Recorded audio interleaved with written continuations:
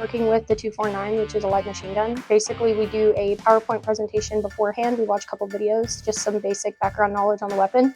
We familiarize ourselves with the weapon, the ammo, the method of function and fire.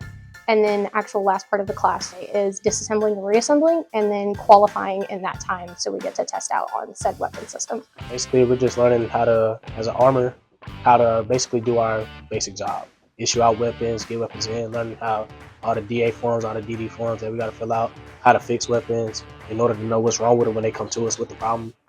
And Mr. Snow is doing a really good job of teaching us that so far. Here at CTC, I am the unit armor instructor. I teach unit soldiers to be able to qualify to run and operate their arms. It gives them a better idea as far as what their job entails. Most people think being an army just issue weapons and receive weapons. There's a lot more. So we break down weapons, teach them how to take them apart, put them back together. A lot of paperwork is involved. So it gives them an all-around view of actually what it takes to be an armor. Normally, you should have teams as far as armors, at least 2 personnel.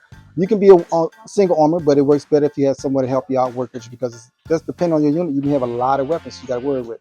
So it works best if you have maybe 2, 3, or maybe 4 armors. It makes the job a lot easier for you.